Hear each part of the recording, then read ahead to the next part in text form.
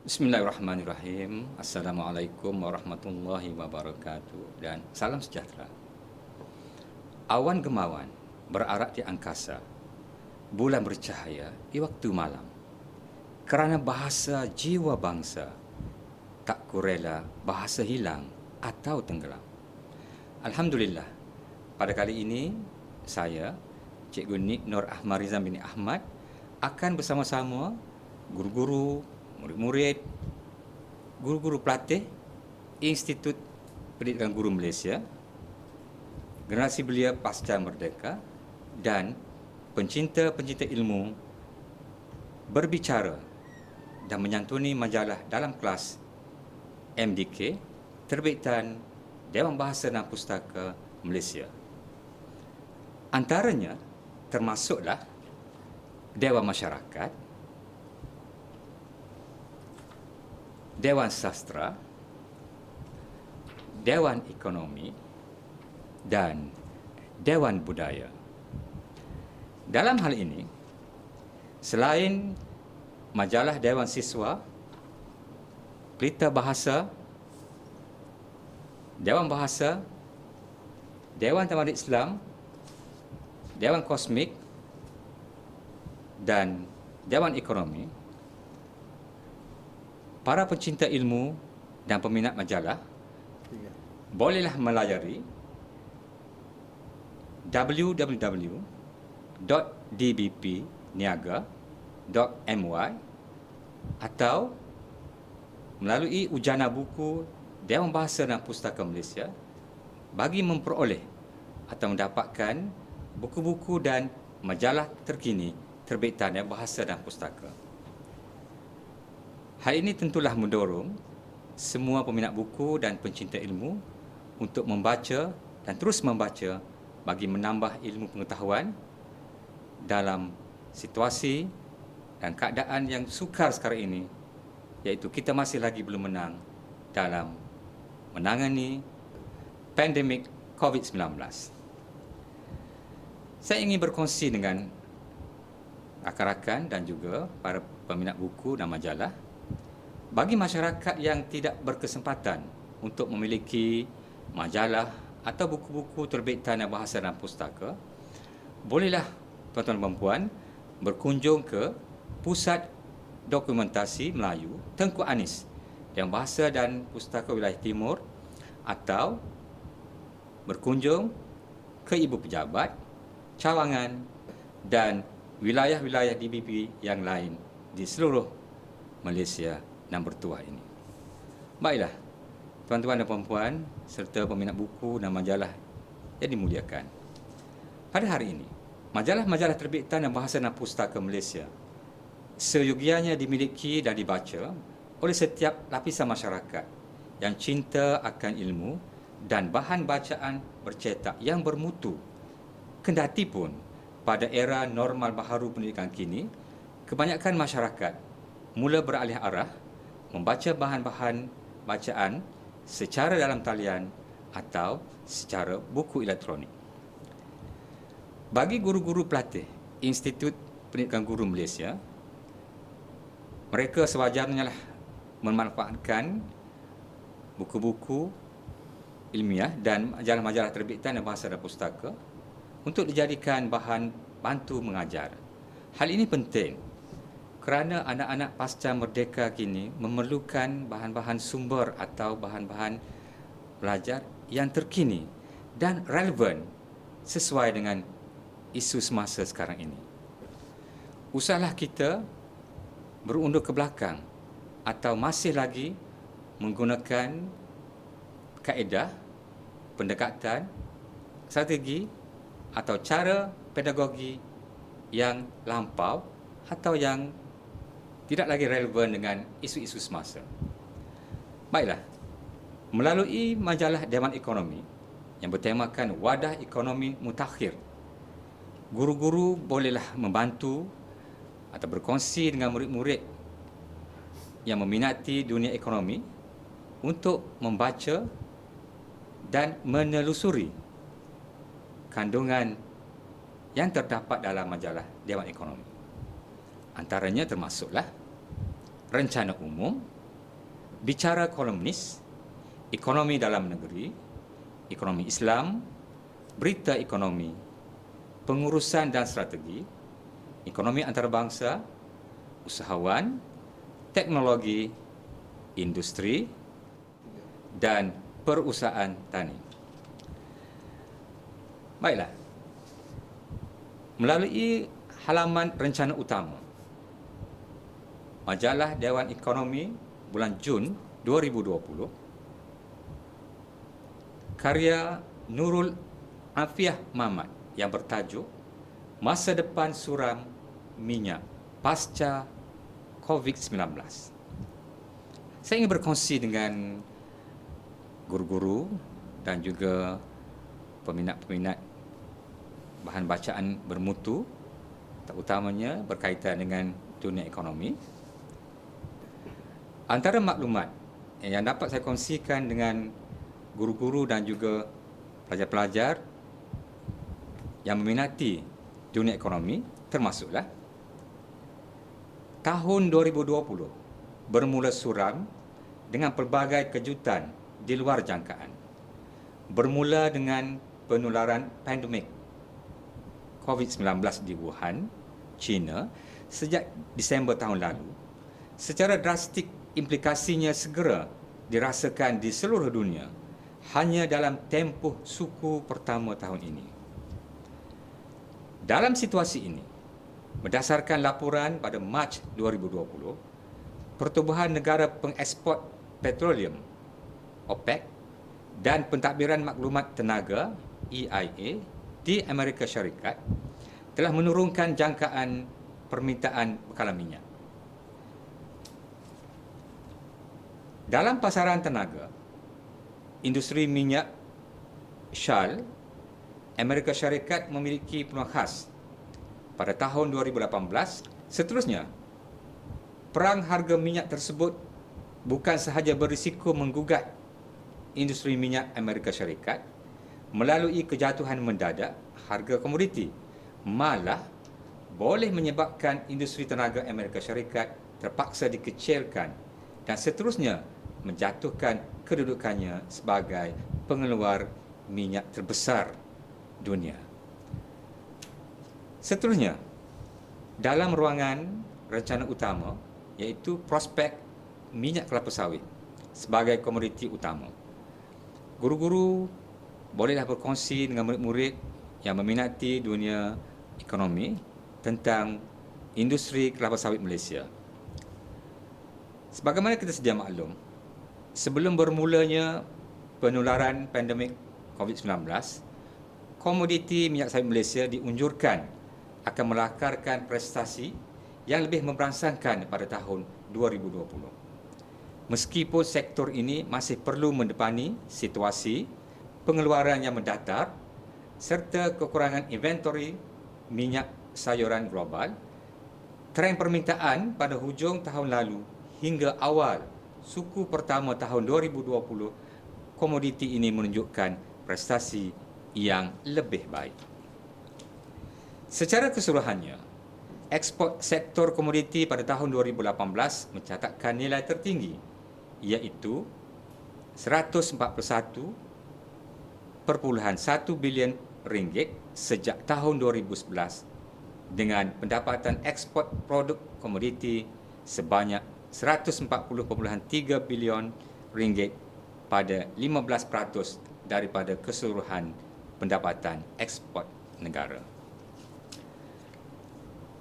Baiklah, dalam halaman bicara kolumnis, Profesor Emeritus Datuk Dr. Zakaria bin Rashid, penganalisis ekonomi, telah berkongsi dengan pembaca setia Dewan Ekonomi, iaitu hingga pada hari ini, tanggal 2 Mei 2020, COVID-19 sudah meragut 245,000 nyawa manusia dan merebak sebanyak 3.1 juta orang bergejala di seluruh dunia.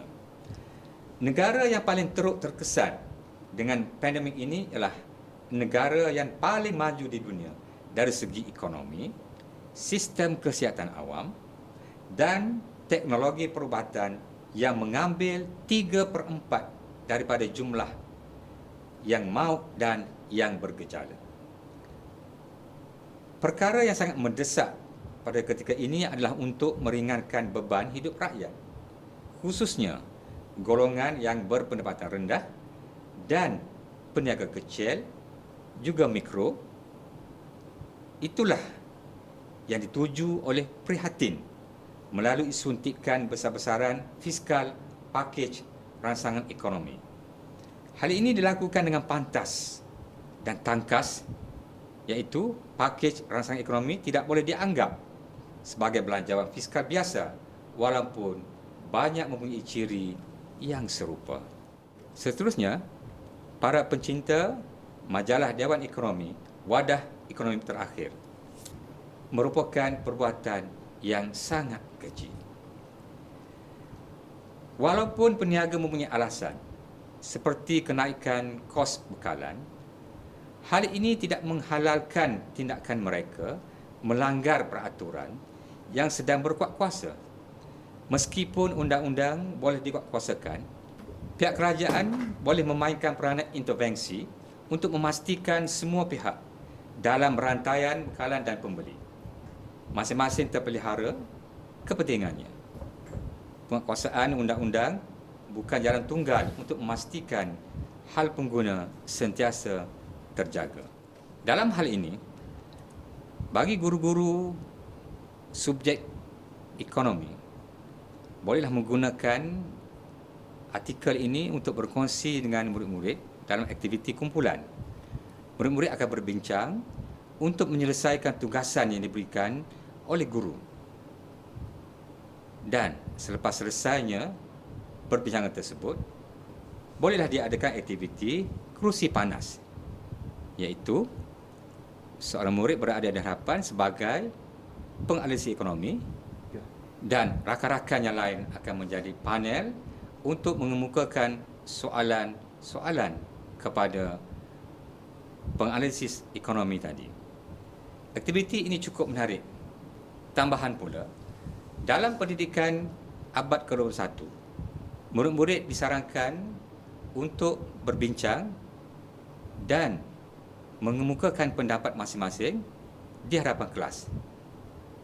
Guru sebagai pemudah cara untuk memastikan murid-murid dapat menyampaikan idea atau maklumat selepas usainya perbincangan dan terhasillah perkara atau ilmu dan terjemahlah ilmu dan dapat digunakan sebagai maklumat untuk digunakan sebagai maklumat penting ketika menjawab soalan peperiksaan kelak. Baiklah, majalah Dewan Ekonomi turut memaparkan halaman pengurusan dan strategi. Antaranya termasuklah COVID-19 dan norma baharu, peranan penting ketua organisasi. Berkaitan dengan norma baharu ini, dalam sesebuah organisasi, ketualah yang memainkan peranan yang besar untuk memastikan semua pekerja faham dan patuh akan prosedur operasi standard yang digariskan oleh pihak kerajaan. Perubahan budaya kerja menjadi tanggungjawab semua pekerja. Namun demikian, untuk melaksanakan standard yang tidak menjadi amalan kita sebelum ini, bukanlah perkara yang mudah. Tanggungjawab ini amat besar bagi seseorang ketua untuk memastikan norma baharu ini dipatuhi. Namun begitu, sebagai manusia, bukan semua orang patuh akan arahan. Ada sahaja rakyat yang tidak ambil peduli, degil dan mungkin juga masih belum faham akan tujuan sebenar pelaksanaan perintah kawalan pergerakan maupun perintah kawalan pergerakan bersyarat. Baiklah. Seterusnya, melalui majalah Dewan Budaya, para pencinta majalah dapat membaca dan meneliti bait-bait indah karya seseorang penulis yang dimuatkan dalam majalah Dewan Budaya.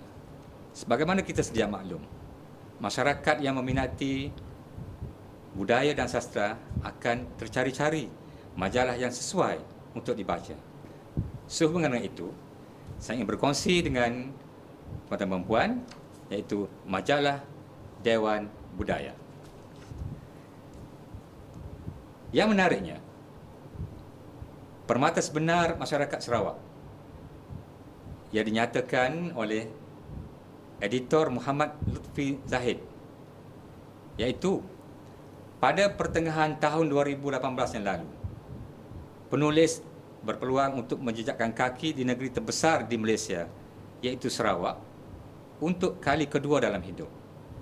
Percutian singkat di Kuching itu amat dirasai perbezaan dari segi pengalamannya berbanding dengan kunjungan pada kali pertama di negeri itu. Sebelum itu, kali terakhir penulis berkunjung ke bumi Sarawak yang lebih sinonim dipanggil Bumi Kenyalang hanyalah ketika masih di bangku sekolah, iaitu sekitar tahun 2000, iaitu semasa beliau mengikuti rombongan bersama-sama ahli keluarga. Dalam hal ini, guru-guru subjek bahasa Melayu atau guru-guru yang mengajar muridnya sastra bolehlah menggunakan halaman intipati editor ini untuk berkongsi dengan anak-anak muridnya, iaitu melalui aktiviti temu ramah. Murid-murid diminta untuk menyediakan temu ramah atau temu bual dengan berdasarkan halaman intipati editor ini. Kemudian, murid-murid akan berkongsi dengan rakan-rakan dalam sesi pertengahan kelas nanti. Kemudian, guru akan meminta murid untuk melakonkan aktiviti sebagai editor dan sebagai penemu ramah. Hal ini amat bertepatan sekali dengan saranan Kementerian Pendidikan Malaysia yang menggalakkan guru-guru mengajar muridnya dengan berteraskan pendidikan abad ke-21. Baiklah, antara kandungan yang terdapat dalam majalah Dewan Budaya termasuklah rampai sari, perdana, istilah semasa, kembara seorang penyair, cerminan budaya, tradisi, anjung visual, lengsa, cerita bulan ini, warisan, pentas, salam benua, galeri, stanza bicara, layar, dan halaman sana sini. Baiklah, dalam ruangan rampai sari, peminat-peminat atau pencinta majalah Dewan Budaya yang mempunyai pengalaman menarik tentang tempat-tempat yang dilawati ataupun peristiwa yang pernah dialami, bolehlah menghantar karya atau tulisan yang berkaitan dengan sejarah ataupun pengalaman mereka ketika menghadiri sesuatu seminar ataupun pengalaman menonton filem berkaitan dengan filem terkini. Seterusnya, bagi pembaca setia majalah Dewan Budaya yang mempunyai pengalaman menarik ketika berkunjung ke tempat-tempat yang mempunyai kenangan indah atau yang pernah menyertai pelbagai program, bolehlah menghantar cerita atau peristiwa untuk dikongsi dengan pembaca majalah Dewan Budaya, iaitu melalui halaman rampai sari. Dalam halaman perdana pula, penulis Jaya Ramba telah berkongsi dengan para pembaca Dewan Budaya, iaitu Hari Gawai Dayak, keagungan nilai budaya masyarakat Dayak. Saya tertarik untuk berkongsi dengan para pembaca sekalian, iaitu kuasa evolusi dalam masyarakat Dayak telah membina jalan kehidupan yang amat lurus sejak amalan zaman ngayau yang hebat. Hal ini bertepatan ke arah misi masyarakat perantau dan menjadi masyarakat berjaya dalam kehidupan serba moden pada hari ini. Hal ini berubah amat pantas dari satu dekad ke dekad seterusnya. Masyarakat Dayak yang tidak mudah terlerai daripada amalan keturunan yang berdarah di tubuh dan berjiwa di hati, akhirnya berpohon sebagai jati diri masyarakat Dayak dengan kukuh. Tuan-tuan dan puan, saya tertarik apabila membaca perenggan pertama tadi. Frasa berdarah di tubuh, berjiwa di hati, dan berpohon sebagai jati diri masyarakat. Frasa sebegini amat sukar untuk dimengertikan sekiranya para pembaca tidak menghayati tulisan Jairamba sepenuhnya. Oleh hal yang demikian, amat wajar sekali kita memiliki dan membaca artikel ini melalui majalah Dewan Budaya. Tuan-tuan dan puan, dalam halaman warisan, karya Muhammad Januri Ayub, iaitu Makna di Balik Keindahan Ketipang Payung. Saya yakin dan percaya, apabila disebut ketipang payung, tergambarlah wajah yang cukup manis dan segak orangnya, iaitu Allahyarham Tan Sri P. Ramlee. Ketipang Payung merupakan satu daripada lagu yang dicipta oleh seniman agung Tan Sri P. Ramlee dan lirik oleh S. Sudarmaji. Terdapat dua versi asal lagu ini, iaitu nyanyian Tan Sri P. Ramlee dengan paduan suara latar penyanyi wanita dan nyanyian Ketipang Payung yang dipersembahkan dalam filem Nujum Pak Belalang. Filem tersebut diterbitkan pada tahun 1959 dan menampilkan gerakan tari, lirikan mata dan senyuman manis Seniwati Rahmah Rahmat yang mengiringi alunan merdu, irama dan melodi lagu Ketipang Payung. Dalam filem tersebut, itulah kita masih ingat akan Seniwati Normadiah bertindak sebagai pereka tari-tarian yang mengiringi lagu tersebut. Baiklah, dalam hal ini, sebagaimana kita sedia maklum, murid-murid anugerah ilahi mempunyai pelbagai kecerdasan dan semestinya lah guru-guru telah pun arif akan hal ini. Merujuk kepada lirik lagu Ketipang Payung, iaitu versi P. Ramlee ataupun versi Nujum Pak Belalang, guru-guru bahasa Melayu ataupun guru-guru yang mengajar muridnya kesusasteraan Melayu bolehlah meminta murid-muridnya menyanyi lagu tersebut, iaitu lagu Ketipang Payung, sama ada versi P. Ramlee atau versi Nujum Pak Belalang.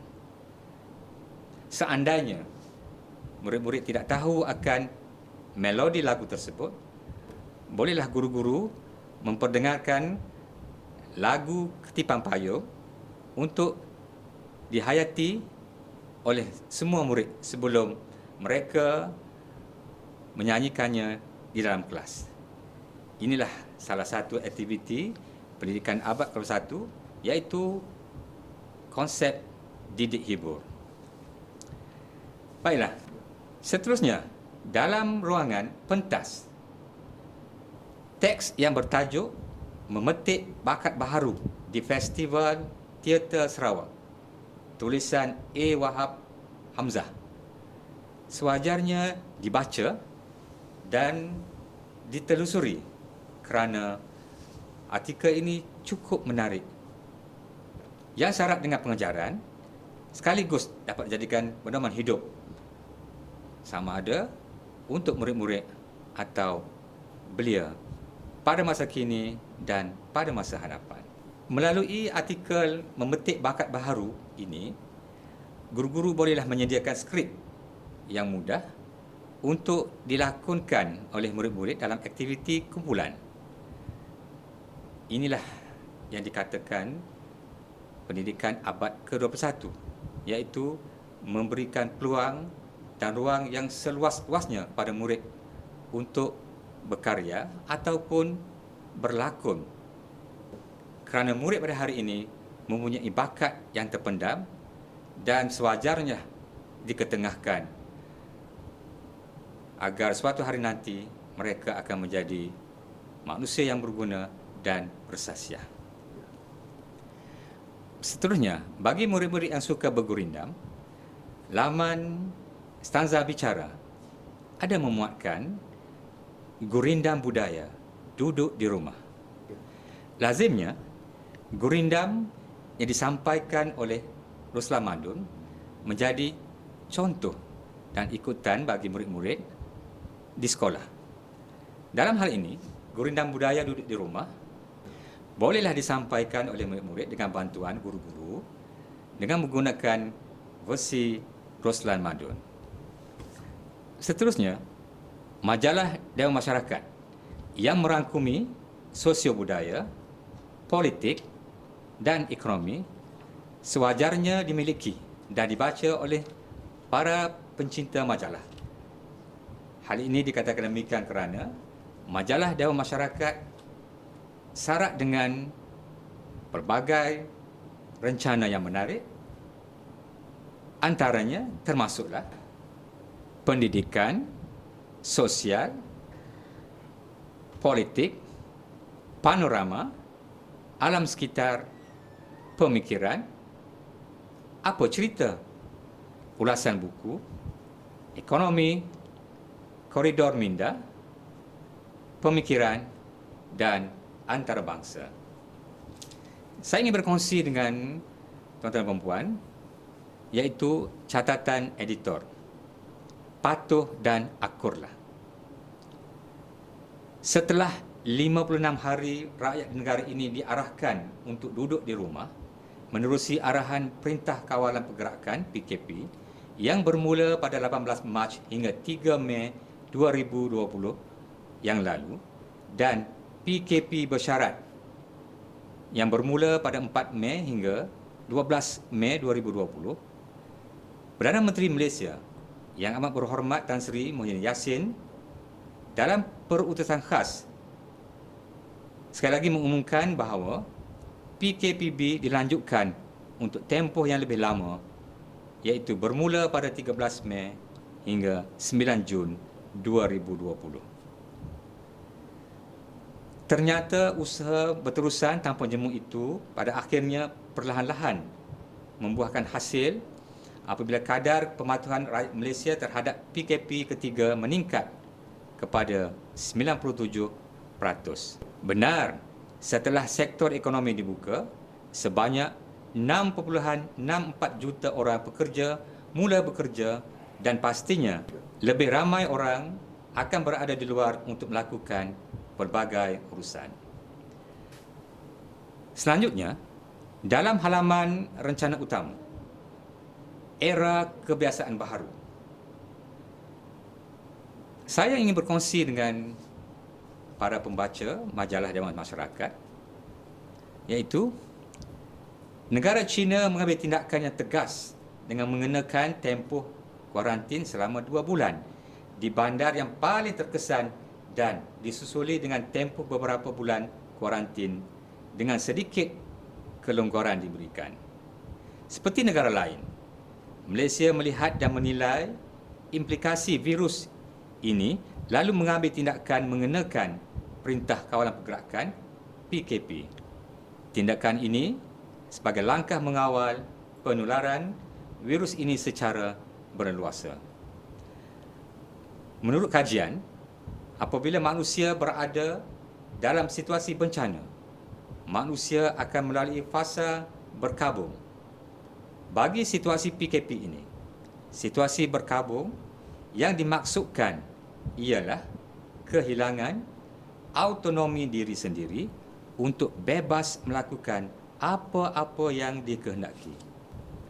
Saya juga ingin berkongsi dengan para pembaca setia majalah Dewan Masyarakat iaitu melalui halaman pendidikan, mengubah kaedah pembelajaran. Mana-mana murid, pelajar atau mahasiswa maupun pendidik pastinya tidak pernah terlintas dalam fikiran mereka bahawa sesi persekolahan, pembelajaran atau kuliah terpaksa dihentikan atau ditangguhkan untuk tempoh masa yang tidak diketahui bila akan berakhir. Artikel ini cukup menarik untuk dikongsi oleh guru-guru bahasa Melayu, guru-guru pendidikan agama Islam, guru-guru ekonomi dan juga guru-guru pengajian am. Hal ini dikatakan demikian kerana halaman pendidikan ini yang syarat dengan pelbagai maklumat sewajarnya dikongsi oleh guru-guru dengan murid-murid. Antara aktiviti yang sesuai dilakukan melalui karya ini termasuklah menulis surat rasmi, mencipta sajak, menyambung cerita, main peranan ataupun menyambung rencana. Hal ini bersesuaian dengan konsep 6C yang sentiasa dititik beratkan oleh Kementerian Pendidikan Malaysia kepada guru-guru, iaitu komunikasi,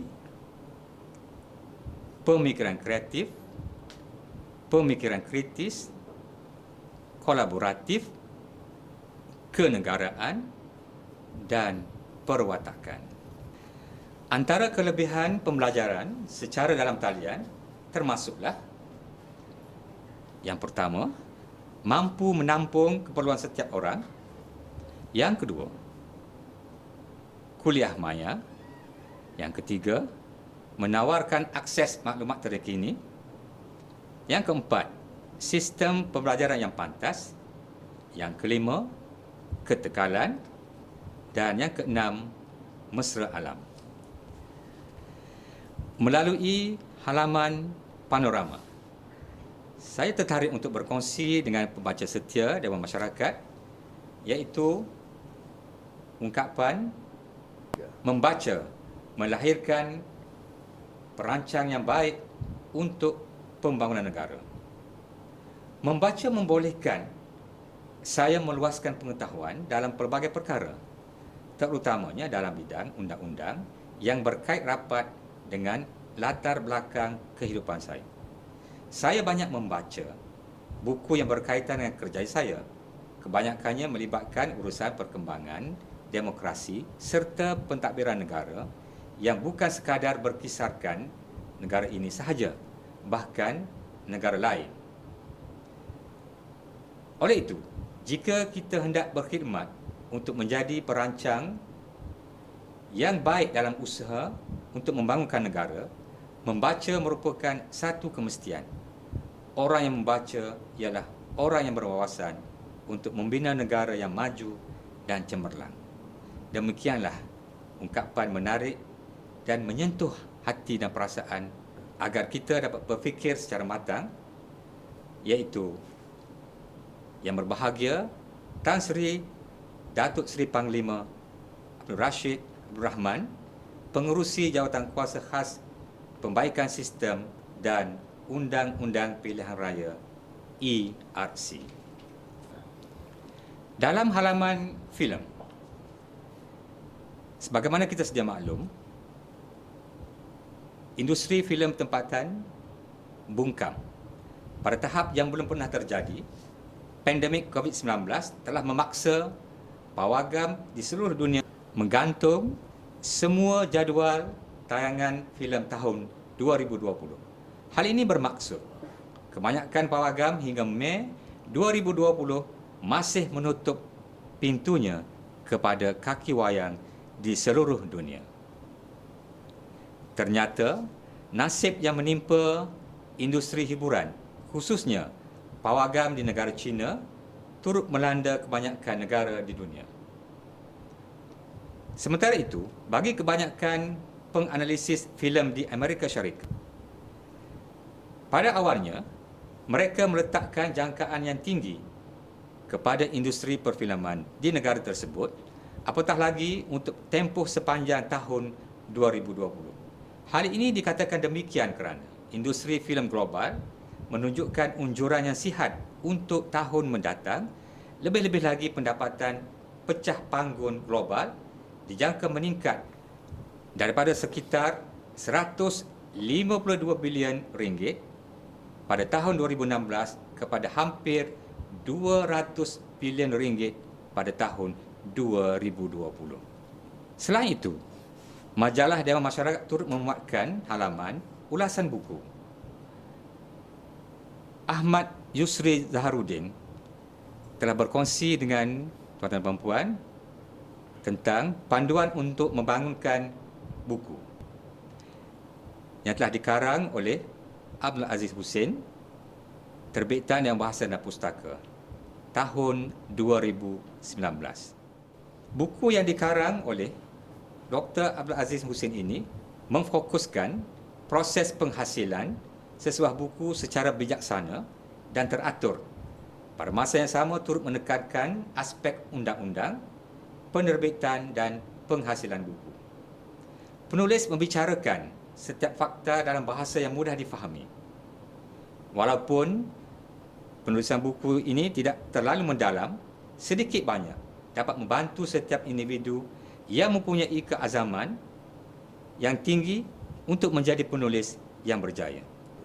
So, mengenai itu, saya yakin dan percaya murid-murid tentulah mempunyai inspirasi atau impian untuk menjadi penulis buku atau majalah pada suatu hari nanti.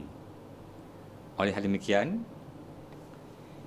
inilah peluang keemasan untuk murid-murid memiliki buku yang berjudul Menulis Buku Secara Bijaksana, karya Abdul Aziz Hussein, terbitan Dewan Bahasa dan Pustaka, yang berharga RM16. Tahun terbitannya ialah 2019. Secara keseluruhannya, buku yang berjudul Menulis Buku Secara Bijaksana telah digarap dengan baiknya secara ilmiah dengan menggunakan bahasa yang santai dan mudah difahami. Penulis berjaya mengumpulkan pelbagai fakta yang melibatkan undang-undang dalam dunia penulisan. Buku ini juga merupakan jawapan kepada mana-mana individu, termasuklah murid-murid, yang masih lagi kabur dan tidak jelas tentang cara untuk membina proses yang sistematik dalam usaha untuk menghasilkan sebuah buku atau majalah secara bijaksana dan berhemah. Tuan-tuan dan puan-puan, para pencinta majalah-majalah terbitan Dewan Bahasa dan Pustaka yang dikasihi sekalian. Baik, saya ingin berkongsi